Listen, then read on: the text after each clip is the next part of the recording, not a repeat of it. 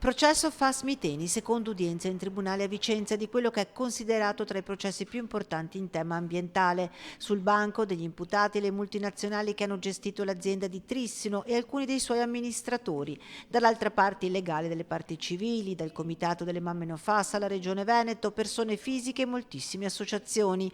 Una giornata, quella di oggi, ancora tecnica. Le difese degli imputati in particolare hanno eccepito relativamente ad associazioni ambientali, ad alcune persone fisiche che non ci sono i presupposti.